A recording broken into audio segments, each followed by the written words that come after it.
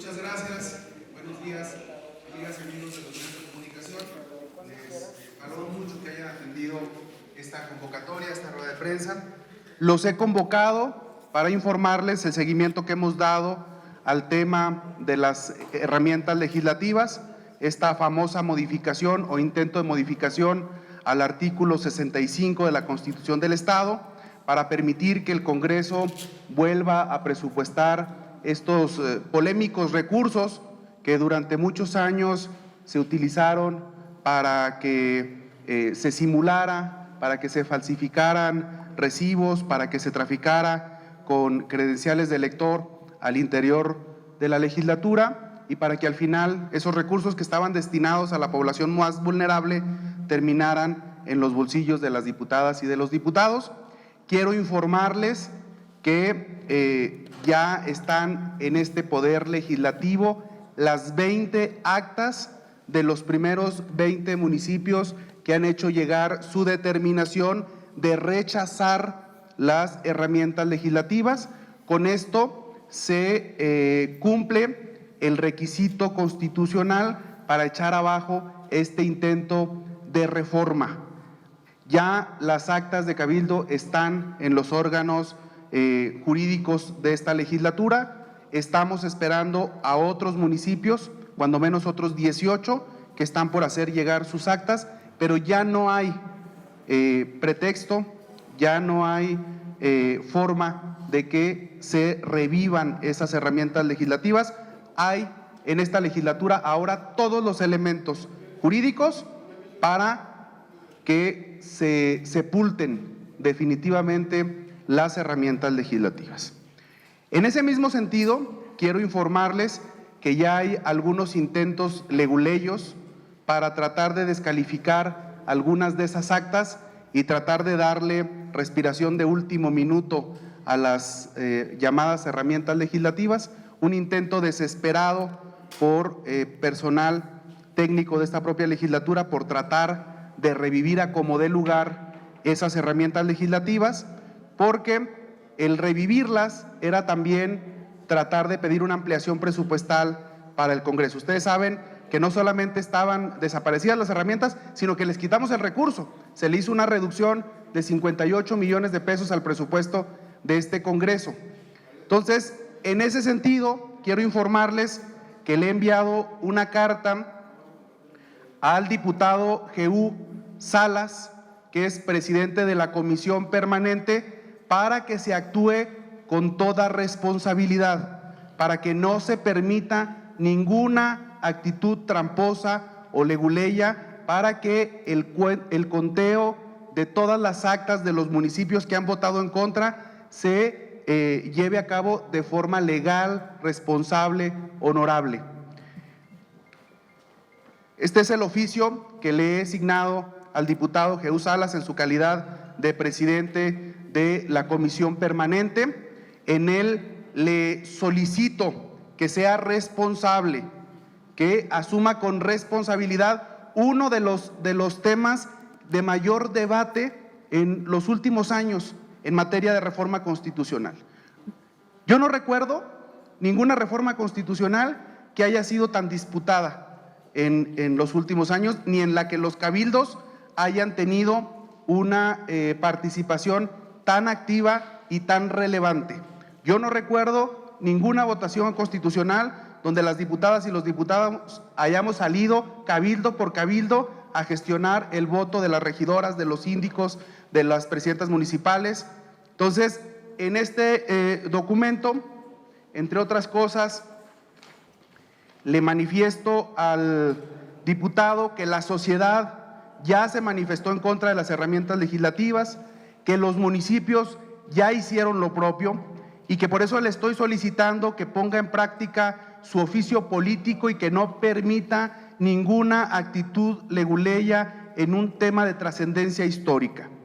Hay que recordar que ya se violentó el proceso legislativo al someter a votación una reserva que no circuló entre los diputados y que fue la forma en que se votaron aquellas herramientas legislativas y que sería muy lamentable que se vuelva a torcer la ley para llenarle la bolsa de dinero a las diputadas y a los diputados.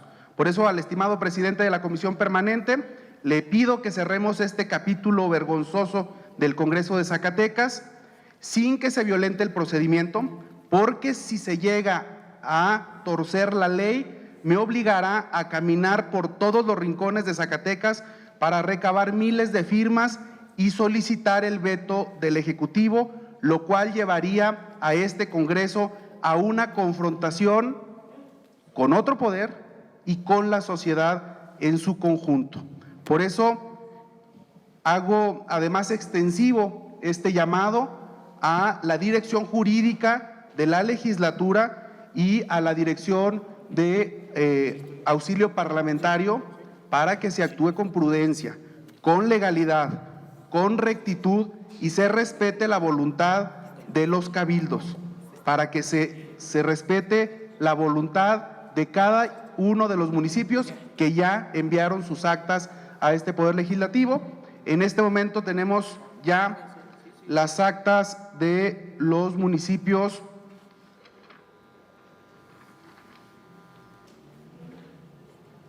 de Zacatecas, de Guadalupe, de Jerez, de Villanueva, de Nochistlán, de Zainalto, de Loreto, de Jalpa, Tepetongo, Susticacán, Tabasco, Aposol, Genaro Codina, Enrique Estrada, Monte Escobedo, Juchipila, Noria de Ángeles, Moyagua, Tepechitlán, Mazapil y Trinidad García de la Cadena. Esas actas ya están en la legislatura, todas rechazando el regreso de las herramientas legislativas, y con ello basta para que se eche abajo esta intentona. Todavía estamos en espera de las actas de Ojo Caliente, del Plateado, del Salvador, de Cañitas, de Teúl, de Betagrande y de Concha del Oro, donde también se rechazó, pero por los temas de la pandemia, por la toma de algunas presidencias municipales, por el justo reclamo de los maestros del pago de su salario y por temas de logística, no han llegado las actas,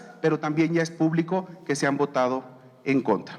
En ese sentido es nuestro llamado. Si existe alguna duda, comentario, estoy a sus órdenes. Diputado, no sé si nos pudiera mencionar algunos de los municipios que sí votaron a favor de las herramientas legislativas. Tristemente, municipios como Fresnillo, que sí vota a favor, municipios como Cuauhtémoc, que también votaron a favor, Sombrerete, Río Grande. En Sombrerete la votación quedó en empate, sin embargo, el presidente municipal utilizó su voto de calidad para que terminara remitiéndose un voto a favor de esas herramientas legislativas. Pinos, Villa de Cos, básicamente son de los que puedo recordar en este momento, que ya votaron a favor de las herramientas legislativas, pero sin embargo la Constitución establece que deben ser 2/3 partes de los municipios y obviamente no van a alcanzar esa cantidad de municipios. A ver, dime.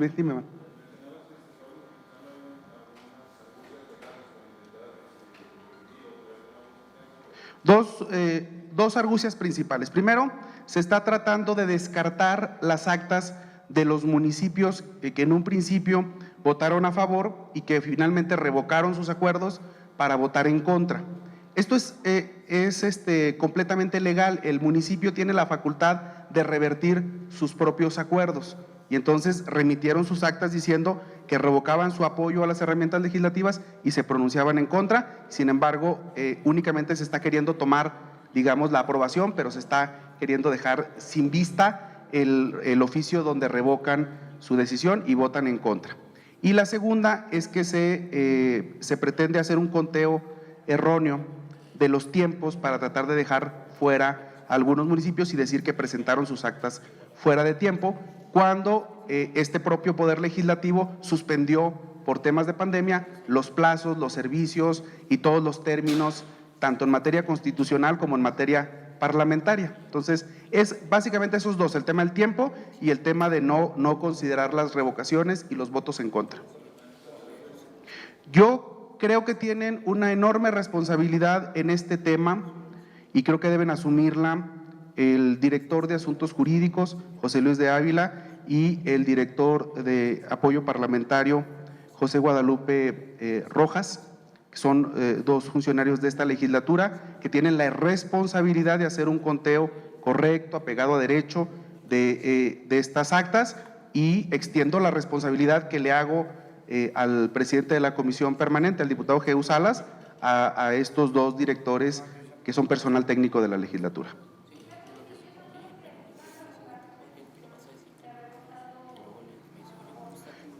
Villanueva, en un principio, votó a favor, hablamos con ellos, les explicamos el alcance de la reforma, y una vez que estuvieron conscientes decidieron revocar su determinación, votar a favor. El municipio de Tepechitlán, el municipio de, ahorita les digo,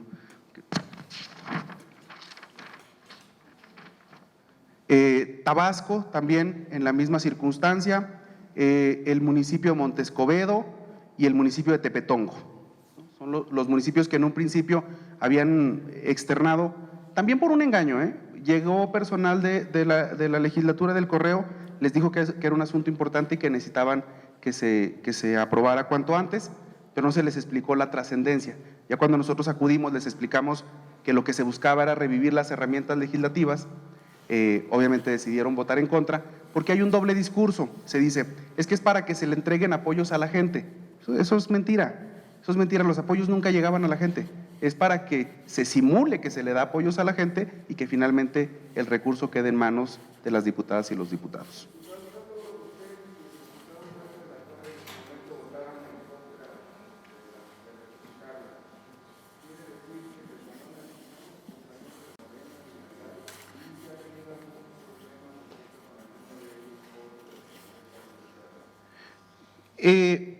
Las compañeras, compañeros, en un principio votaron algunos a favor de las herramientas por un tema de una triquiñuela parlamentaria. Hay que recordar que este asunto se votó en una sesión muy compleja donde hubo temas muy relevantes, y entonces el dictamen en un principio salió para sepultar las herramientas legislativas. Se sube el diputado Gerardo Ramírez, presenta una reserva, habla Dios sabe de qué cosa menos de la reserva, y nunca se circula el documento entre las diputadas y los diputados, y en medio de la confusión muchos diputados terminaron votando a favor. Tengo que reconocer, porque es además relevante, que en este proceso de revocación de la decisión han sido fundamentales compañeras y compañeros de Morena. O sea, el tema de la gestión con los municipios para que nos ayudaran en el cañón de Tlaltenango no habría sido tan exitosa sin el apoyo, la ayuda de la diputada Analí Infante.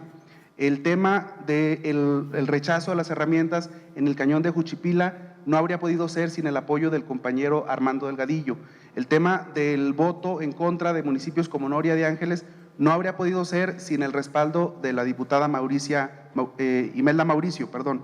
El tema del semidesierto, donde también hay algunos municipios que nos apoyan, pues que gracias a que el compañero diputado Nieves se metió en aquella zona, el compañero Sergio Ortega, la compañera Violeta Cerrillo, la compañera Roxana, que nos ayudaron en Zacatecas, en Guadalupe, a estar haciendo la gestión. Entonces, la verdad es que fue un equipo el que buscó desaparecer esas herramientas legislativas, y efectivamente en un principio, como era un tema que además es una bandera que hemos encabezado, yo estuve muy al pendiente, pero fue un asunto, una triquiñuela parlamentaria. Sí, yo creo que él además lo ha manifestado, él fue quien presenta la iniciativa, no es ningún secreto que el diputado Gerardo Ramírez ha estado buscando revivir esas herramientas legislativas. Entonces, pues estamos en la disputa ideológica y en la disputa, digamos, por los votos de los cabildos. Pero ese es el grado de inocencia de los diputados que tan fácil se dejaron engañar y votaron a favor. Bueno, la verdad es que fue un asunto complejo, fue una sesión difícil, compleja. Yo me quedo con el apoyo, con el respaldo y con la gestión que me ayudaron a hacer las compañeras y compañeros de Morena como una muestra de voluntad. Ustedes recordarán, en cuanto se dio ese voto, inmediatamente salí a hacerles un exhorto público para que se rectificara la decisión, y yo creo que se ha rectificado.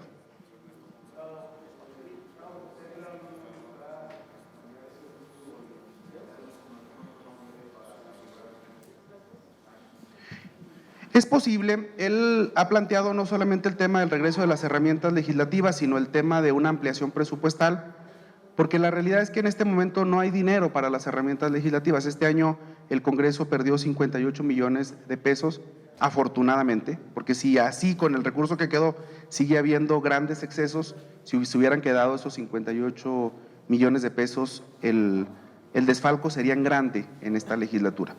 Entonces, yo no dudo que después de esto se vuelva a hacer una intentona, pero nuestro compromiso no es de papel. En cuanto salga un nuevo procedimiento que busque revivir un esquema similar, inmediatamente lo vamos a hacer de conocimiento público.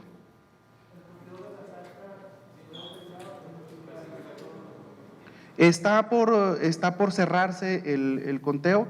Entiendo que es cosa de una semana para que se cierren los conteos, pero en este momento solo se quieren reconocer, me parece que 13 de las 20 actas, cosa que no vamos a permitir, y por eso le estoy haciendo además el exhorto al diputado Jehú para que se actúe con mesura y con prudencia.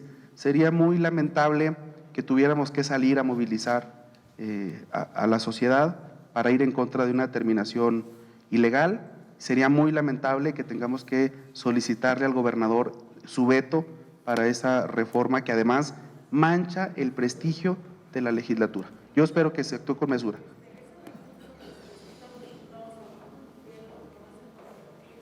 Los 58 millones de pesos que se nos retiraron se fueron pues a programas del Ejecutivo, reparación de carreteras, una parte, otra parte a un programa de becas para personas con discapacidad y otra parte al tema del campo, sobre todo en la entrega de implementos agrícolas. En esos tres rubros se repartieron los 58 millones que perdió este Congreso, junto con los, si mal no recuerdo, 11 millones que pierde la Auditoría Superior del Estado.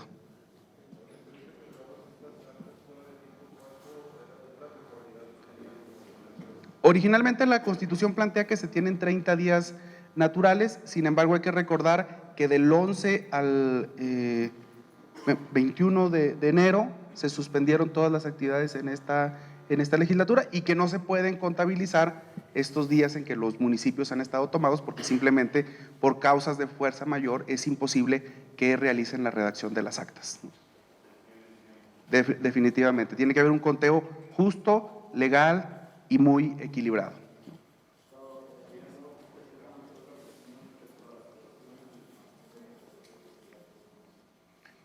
El tema de la nómina educativa es un tema gravísimo para las finanzas del Estado.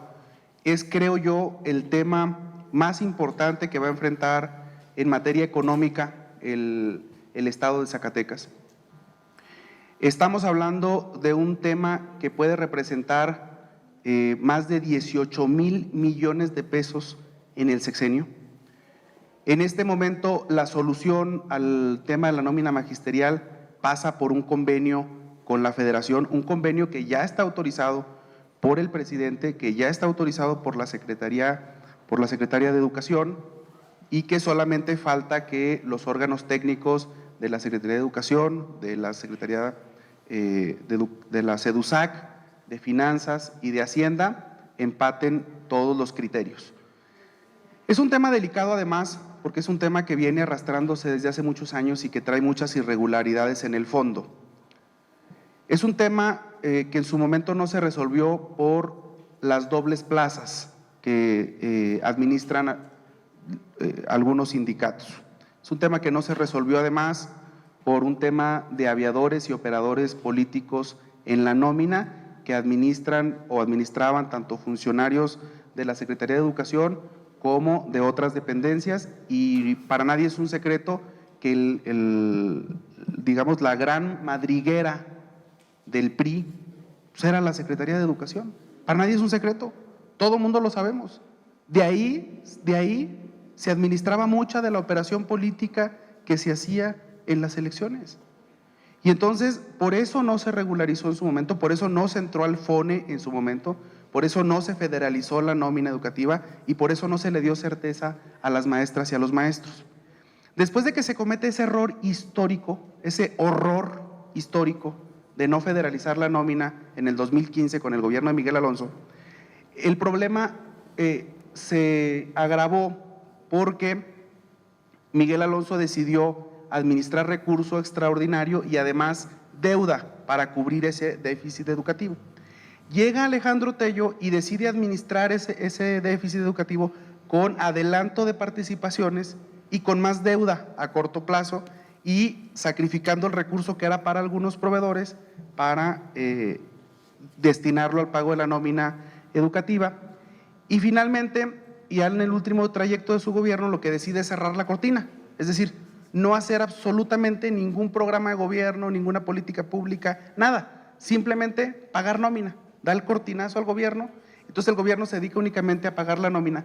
Eso genera que haya una mayor depresión económica en Zacatecas, porque no hay ningún programa público, entonces baja la recaudación. Cuando llega el nuevo gobierno, se enfrenta a que ya se pidió adelanto de participaciones, a que se dejaron de pagar prestaciones de seguridad social, a que está endeudadísimo el Estado, a que hay deudas con proveedores y ya no tiene herramientas para poder solucionar. Entonces, al día de hoy, la única solución posible es que la Federación asuma la mayor parte de la nómina educativa. Si el gobierno federal no asume los 2,000 millones de pesos que requiere Zacatecas para poder transitar, van a colapsar al Estado y ni siquiera se va a alcanzar a pagar la nómina educativa. Entonces, el llamado debe ser a las funcionarias y funcionarios federales que acaten a la brevedad la instrucción del presidente de la República, de la secretaria de Educación, que adelanten los procesos administrativos y que cuanto antes liberen los recursos, porque la manifestación y el reclamo de los profesores es justo. Ellos ya trabajaron y merecen su salario. Ahora le corresponde a las autoridades federales, a los funcionarios de primer nivel de la Secretaría de Educación, darle respuesta a las maestras y los maestros de Zacatecas. Ayer había un cuestionamiento a los profesores por el tema de la toma de casetas. A mí me parece que la única equivocación que se les puede cuestionar es el tema de que se haya bloqueado el paso, pero yo creo que están en todo su derecho de tomar las casetas del Estado y de hacerle un reclamo a los funcionarios federales para que resuelvan de inmediato.